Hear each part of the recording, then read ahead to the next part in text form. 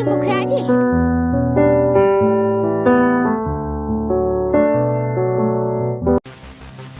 क्या कहा? कुछ लोग अंगूठा ले रहे हैं। चलो मुखिया जी, चल कर देखते हैं। बेटा तुम यहीं पे रुको।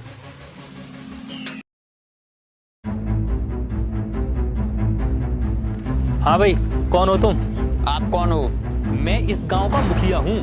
मुखिया जी, हम शहर से आए हैं। हम किसानों की जमीन कुछ समय के लिए रेंट पर लेने आए हैं। मैं इस गांव का मुखिया होने के नाते आपसे ये पूछ सकता हूँ कि आप कुछ समय के लिए जमीन किराए पर क्यों ले रहे हो, और वो भी इतना मोटा पैसा देकर, और वो भी कोरे कागज पर अंगूठा लेकर। मुखिया जी, हम किसानों की जमीन मात्र 3 साल के लिए किराए पर ले रहे हैं। मेरे होते हुए इस गांव की जमीन शहर से आकर कोई किराए पर ले, ऐसा हो नहीं सकता। हाँ मुखिया जी, आप ठीक कह रहे हो। भगाओ इन लोगों को यहाँ से। ओमवीर, ये मुखिया नहीं मानेगा, इसको हम बाद में देख लेंगे। मुखिया जी, अभी तो हम जा रहे हैं, और हाँ, इस जमीन को हम राजी राजी कुराजी भी ले लेंगे।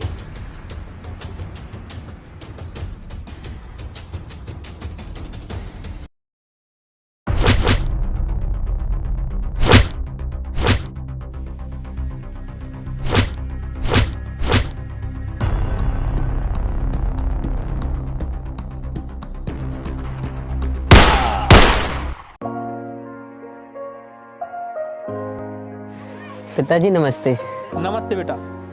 रास्ते में कोई दिक्कत तो नहीं हुई? ठीक ठाक आए? हाँ पिताजी, मैं बिल्कुल ठीक ठाक आया। मैंने देखा कुछ गुंडे अपने खेत पर किसान को बुरी तरह से मार रहे थे। बेटा तू ठीक रहा, वहाँ से आ गया।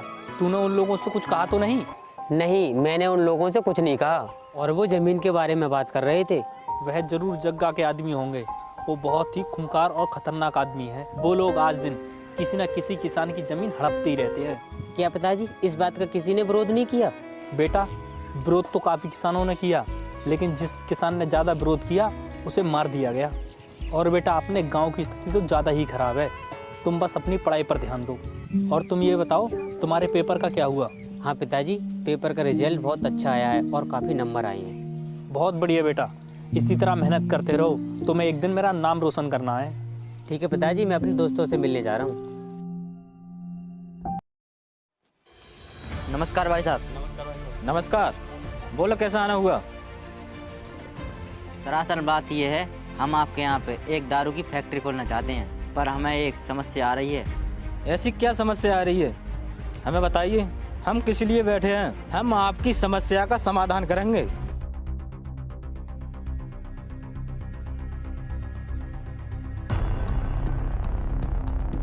भाई हमें इस एरिया की सारी ज़मीन चाहिए, क्योंकि हमें इस एरिया में वहाँ से माल सप्लाई करने में काफ़ी आसानी होगी। क्योंकि समस्या ये है, ये ज़मीन कुछ किसानों और मुखिया जी की है। अगर हम आपकी समस्या दूर कर दें तो आप हमें क्या दोगे? अगर आप हमारी समस्या दूर करने में सफल हुए तो हम आपको 5 करोड़ रुपए देंगे। और तो और, अगर यहाँ पर फैक्ट्री खड़ी हो गई तो हम आपको 50% का पार्टनर रखेंगे। इतना बड़ा ऑफर? तो ठीक है, मेरी बात ध्यान से सुनो।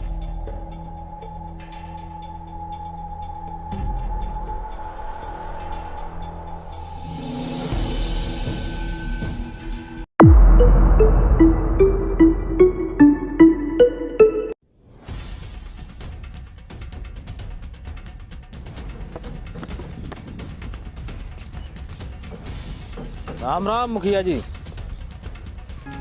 राम राम।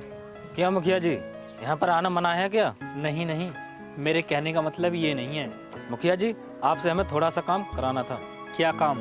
मुखिया जी, आपको इन कागजों पर साइन करने हैं और बचे हुए किसानों के अंगूठे लगवाने हैं। अच्छा, तो आप जमीन के मामले में आए हो। मेरे होते हुए यहाँ पर ऐसा कोई काम नहीं होगा कि गांव वालों को अपनी जमीन बेचनी पड़े।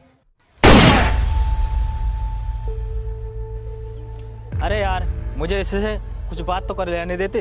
चलो कोई बात नहीं, जो काम इसके जीते जी नहीं हुआ वो काम मरने के बाद होगा। लगाओ इसका अंगूठा और चलो।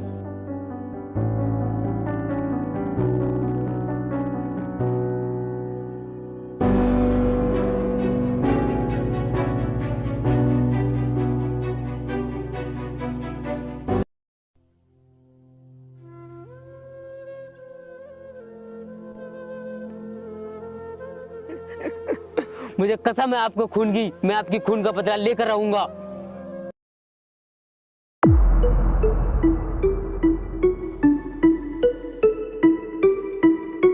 अबे कहाँ जा रहा है? ये बता सूर्य कहाँ है?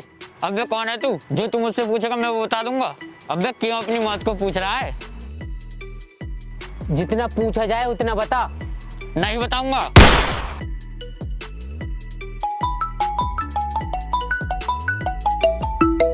कहाँ है जग्गा?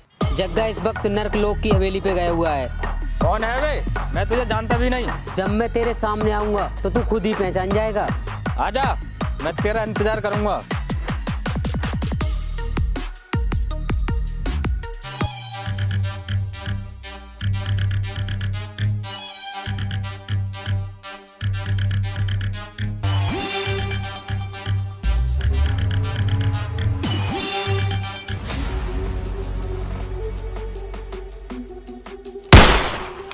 अबे तूने यह क्या किया? मेरा सारा साम्राज्य खत्म कर दिया।